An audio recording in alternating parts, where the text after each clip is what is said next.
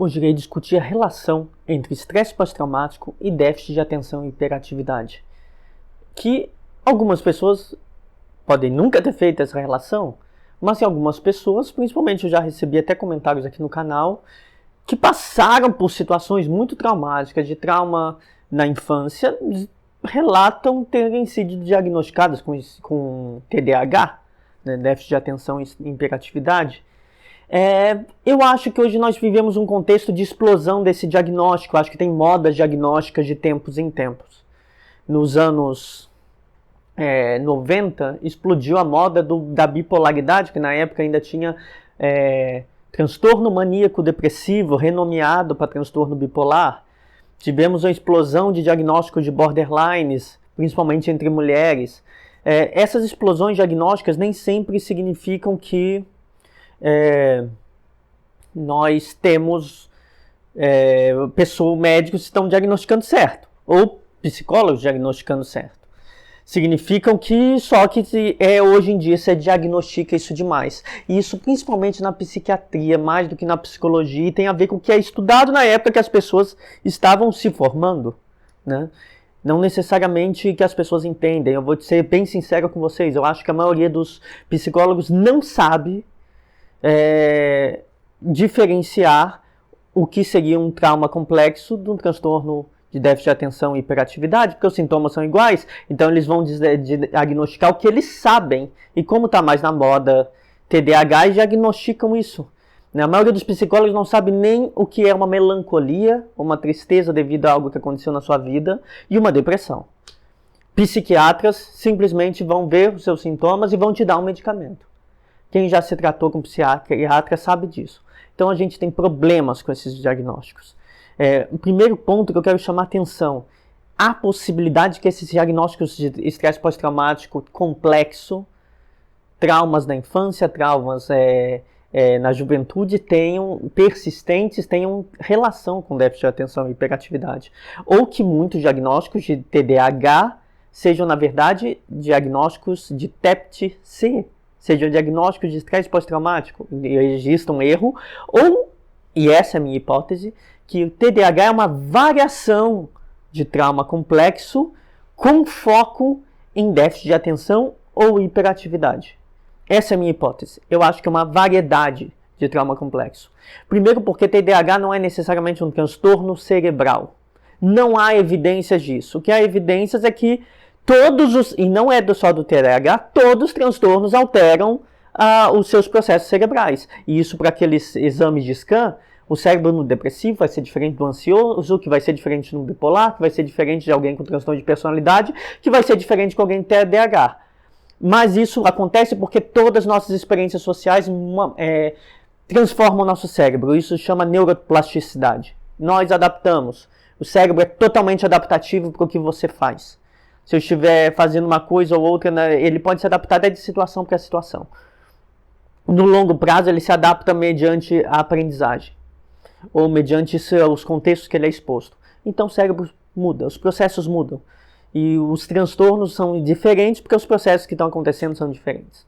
Não há evidências de que esse transtorno, como outros, sejam cerebrais. O que é evidência é que talvez pudesse ser genético porque é intergeracional. Só que vamos lá, gente. Trauma também é intergeracional. Tem pessoas que vão submetendo seus filhos a transtornos pela criação, né? Um avô violento cria o filho violento que vai criar um neto violento. Tem uma ramo da psicologia que é psicologia familiar e tem um sub-ramo que é psicologia familiar sistêmica que estuda a transmissão entre sistemas familiares de uma espécie de cultura familiar, né? E que isso indica padrões de comportamento. Muitas pessoas que estão aqui estão para romper um padrão de transmissão familiar que não é genético, mas é de comportamentos e de modos de gerir as emoções. Muitos que estão aqui não querem ser como pais que foram invalidantes ou violentos com eles, né? Então, transtornos podem ser transmitidos. Se você foi criado, e isso, aliás, quem estudava é o Winnicott, um psicanalista, ele estudava que, por exemplo, uma criança que era criada por um pai esquizofrênico ou mãe esquizofrênica tinha maiores chances de desenvolvimento da esquizofrenia. Por um motivo, porque ele aprende um modo inconsistente de perceber a realidade. Um esquizofrênico não tem consistência nem na sua relação com o mundo. Ele vai ter para criar uma criança e ensinar as coisas? Não. Então a tendência era maior. Quando não era de esquizofrenia, aumentava a tendência de desenvolver outros transtornos. Então o que a gente sabe é que um transtorno tende a, independente do transtorno, na geração seguinte produzir algo semelhante, ou, se você tiver outras fontes de apoio, algo menos grave. Por exemplo, um filho de uma mãe esquizofrênica pode, se tiver num contexto grave de ser criado só por ela, desenvolver esquizofrenia, mas se ele for criado por um pai, ou sei lá, foi dado para que ele se afastou da mãe, foi criado pelos avós, mas teve alguns anos vivendo com a mãe, desenvolveu uma depressão mais leve, ter problema de ansiedade mais leve. Então, pode acontecer de ser algo menos grave, mas a gente sabe que existe e não é necessariamente genético, mas é normalmente intergeracional. Passa de uma para outra? Passa. Por quê? Porque há um componente de aprendizagem. Você aprende maneiras de lidar emocionalmente. Por exemplo, pais depressivos tendem a produzir filhos depressivos.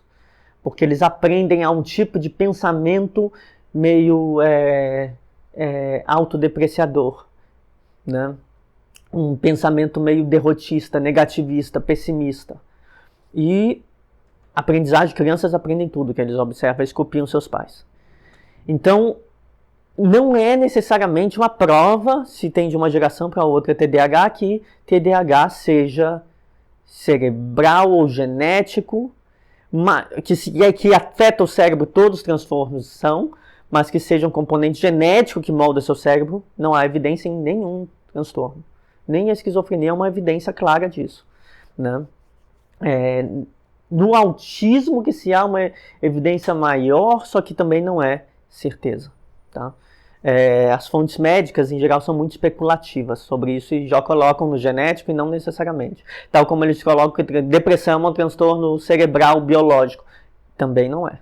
Ele tem a ver com os processos sociais que te adoecem. Bom, vamos lá. TDAH, o histórico das pessoas que têm TDAH é muito parecido com o histórico de vida de pessoas que têm estresse pós-traumático complexo. Quando você vai à vida dessas pessoas, você vai encontrar ambientes caóticos, instáveis, conflituosos, contextos de muita invalidação, de muita punição. É o mesmo tipo de origem de trauma complexo.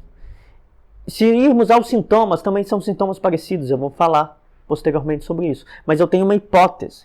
Essa hipótese é que o que a gente está chamando de TDAH, na maioria dos casos, na maioria deles, quando o diagnóstico é correto, muitas vezes pode não ser, e só está sendo dado por moda, ele é uma variação do estresse pós-traumático complexo com sintomas mais focados em atenção e hiperatividade.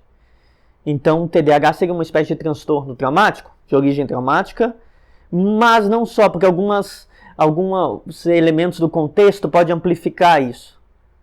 Qual é o elemento do contexto? Algumas necessidades culturais atuais da nossa sociedade.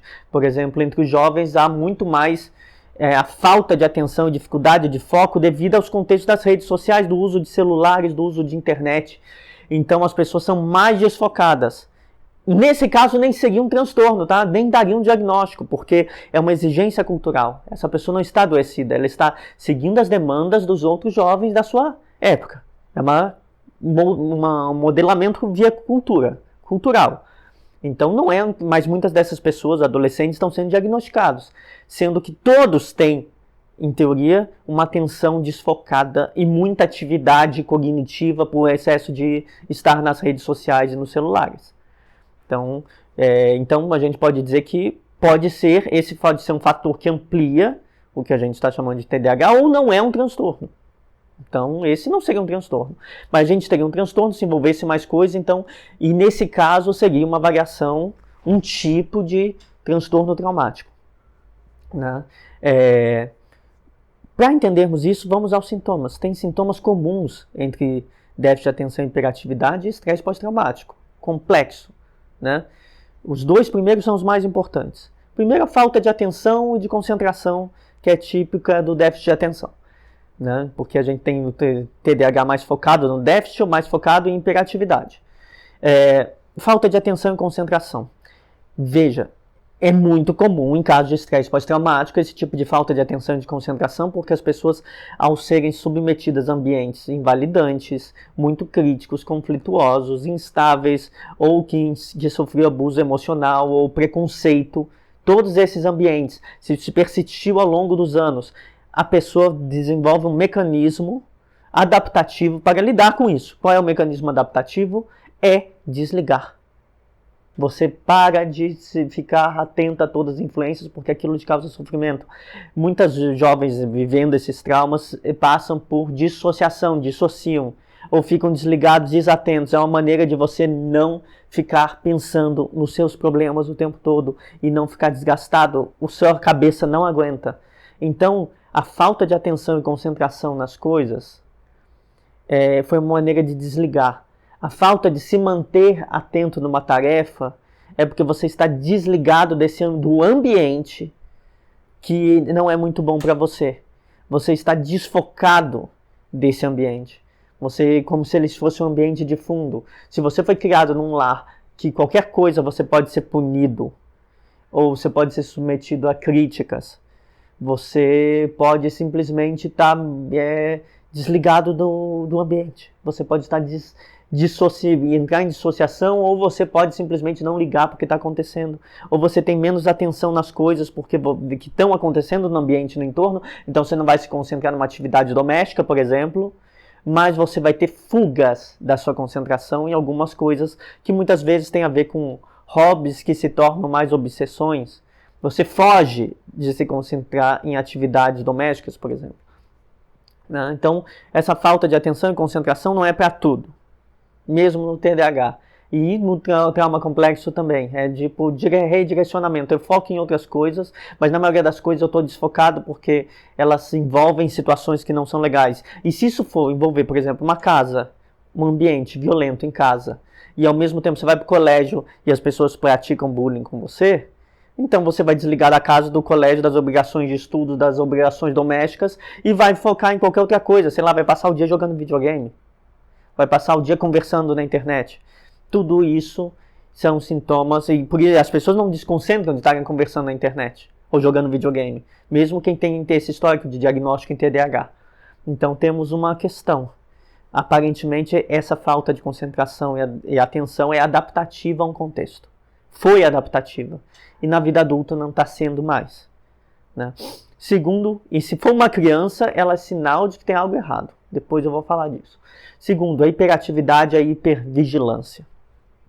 Todos sabemos, quem me assiste aqui, que trauma complexo tem como uma das características, é semelhante até na ansiedade generalizada, de origem traumática, que é a hipervigilância. Você está sempre atento a que algo pode estar errado. A hiperatividade é isso, você não fica quieto, tem algo que tem que estar... é quase um outro tipo de fuga, não desligando, mas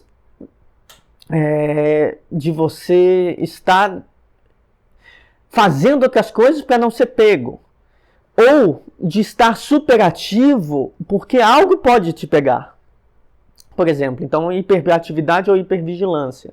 A hiperatividade pode ocorrer mesmo em contexto de eu vou fugir dessa relação, por exemplo, com meus pais, igual a criança que sai correndo e é hiperativa.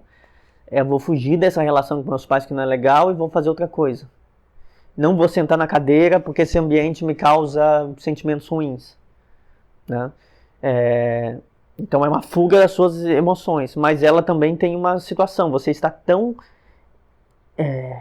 agitado por dentro. A criança hiperativa está tão agitada por dentro, o adulto hiperativo está tão agitado por dentro porque está hipervigilante. Tudo, está atento a tudo, fazendo tudo. Tudo lhe chama atenção. Né? Então, você está atento demais ao ambiente. Isso é até desgastante. A pessoa que sofre de hiperatividade tem um desgaste psicológico, um cansaço extra. Dificuldade de dormir também, porque fica pensando, remoendo.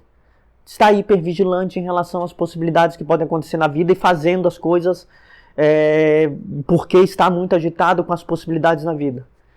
E isso também pode ser uma resposta traumática. A hipervigilância é típica quando se há um processo traumático de infância, de adolescência.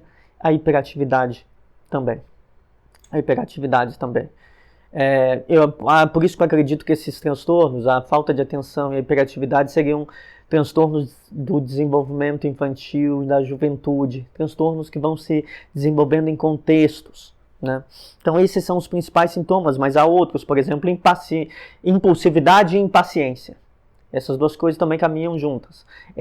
Para dar um diagnóstico, muitas vezes os psicólogos avaliam se o paciente é impaciente ou impulsivo. As duas coisas caminham junto, porque uma pessoa impaciente vai ser mais impulsiva, né? Essas coisas estão presentes numa série de transtornos, todos os transtornos ansiosos, todos os transtornos de ansiedade envolvem impulsividade e impaciência, assim como o estresse pós-traumático. Então não é algo muito específico de TDAH, né? Oscilações de humor está presente na depressão, na ansiedade, em transtornos de personalidade, em estresse pós-traumático. Também não é algo muito específico desse transtorno. Mas essas coisas também estão presentes como dificuldades, a oscilação de humor, como dificuldade de regulação emocional no trauma complexo. A pergunta que você tem que fazer como psicólogo, ou se você está se autoanalisando, é: quando se fica impulsivo? Quando eu me torno impaciente? Quando o meu humor altera? Quando o humor dessa pessoa altera? Porque essas três perguntas, colocando no contexto, vão explicar quais são os gatilhos. Será que essa pessoa não está tendo um flashback emocional? Será que tem algo no contexto dela que está desregulando ela emocionalmente? Ela não é uma pessoa impulsiva, impaciente e com oscilações do humor, com certeza, o tempo todo. Pode ter algo que está causando isso. Esse algo é importante, porque pode ter a ver com algo no contexto atual que tem referência a situações passadas. Também se diz que pessoas com TDAH têm dificuldade de relacionamentos. Todos esses, tanto trauma complexo como transtorno de personalidade também. Eu acho isso mais inespecífico de todos e pode, inclusive, indicar uma origem mais traumática ainda. Não é algo típico, único desse transtorno. Então, o diagnóstico é meio complicado do TDAH. Basicamente, é falta de atenção e hiperatividade mesmo. Os outros se cruzam com outros transtornos, né? Os outros sintomas se cruzam com outros transtornos. Mas a gente pode chamar atenção para o elemento contextual da impulsividade, da impaciência e da oscilação de humor. Esses elementos têm que chamar atenção porque elas podem indicar um caminho para entender o trauma. E a falta de atenção e hiperatividade, falta de concentração e hipervigilância podem indicar um elemento passado que deve ser investigado. Né? Tudo isso, então, nos leva a pensar que os contextos de invalidação, punição e violência podem também ser contextos que produzem esse tipo, essa é a minha hipótese, de estresse pós-traumático, que nós chamamos de déficit de atenção e hiperatividade, focado em questões de atenção e questões de hiperatividade. Né? É importante notar que muitos desses diagnósticos hoje são dados na infância.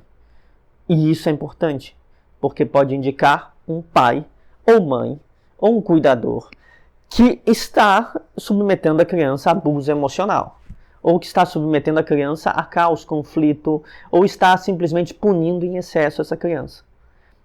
Quando chegar um pai para um médico e falar: olha, eu acho que meu filho tem TDAH, se chega para mim, para o Alan, vai ter um problema.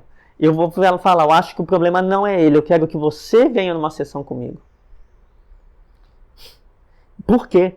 Porque a criança é resultado das suas... a criança é quase uma tábula rasa, que vai sendo encravado ali a vida que ela deve levar pela educação. Se essa criança tem essa dificuldade que a gente está chamando de déficit de atenção e hiperatividade, é porque alguém está submetendo a ela a certas experiências. Então o foco deve ser investigar o contexto familiar.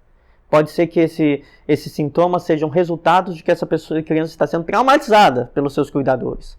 Né? Na vida adulta, nós já vivemos o resultado disso, que é uma pessoa já com vários transtornos que foram reforçados. Normalmente pode ter vários transtornos em conjunto reforçados por uma situação traumática.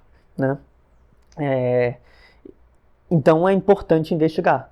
Crianças podem estar, na verdade, com seus pais tentando aumentar, por exemplo, um ambiente controlador e punitivo. O pai controla e pune.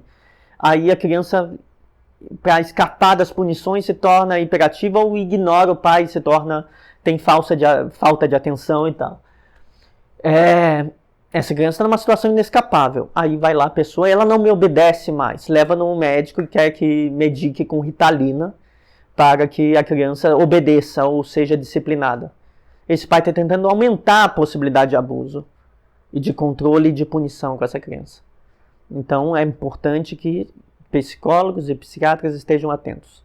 Comigo isso não cai. Se uma criança apresenta esses sintomas, o resultado é resultado da família. Eu não quero eu trato essa criança, mas eu trataria antes os pais. Eu investigaria o que está formando isso nessa criança. Então, o que eu quero chamar atenção nesse vídeo, para irmos encerrando, é que os fatores de formação histórico de vida de quem tem TDAH e quem tem trauma complexo são iguais. São os mesmos fatores. E apresentam sintomas decorrentes muito parecidos. O que muda é que o sintoma quase que funciona como se o TDAH fosse um tipo de trauma complexo com maior foco em falta de atenção e hiperatividade, mas incluindo outras características de trauma complexo, como impulsividade, impaciência, oscilações de humor e possivelmente gatilhos que levam a flashbacks emocionais e desregulação emocional. Quem sofre desse transtorno provavelmente tem dificuldade de regulação emocional. Então, isso significa também que o tratamento médico só com remédios pode não resolver. Significa que com remédios você só está induzindo uma dependência química naquela pessoa. Pode ser necessário algumas outras coisas. Primeiro, um tipo de psicoterapia focada ou em traumas, ou em regulação emocional, ou uma terapia cognitivo-comportamental voltada para desenvolvimento de atenção. Né? Desenvolvimento de atenção se o déficit de atenção for muito extremo. Se não, se é mais regulação emocional ou trauma, se tiver uma origem traumática constatada. E se afetar mais regulação emocional, focada nisso. Não só medicamento. O medicamento pode ser necessário, mas a psicoterapia pode ajudar a mudança. Mas tem um elemento muito maior. Não retraumatizar. Não voltar ao contexto caótico. Isso vai agravar os sintomas. Se você é um adulto e pode optar, se mantenha longe do que te causa piora nesses sintomas de hiperatividade e falta de atenção. Se você ligar o contexto, você vai notar que podem ser esses contextos traumáticos. Não se retraumatize. Essa seria a principal solução. É a principal. O resto vem com tratamento de longo prazo. Sim, que pode incluir medicamentos, mas é importante psicoterapia. Mas mais importante de tudo é não se retraumatize.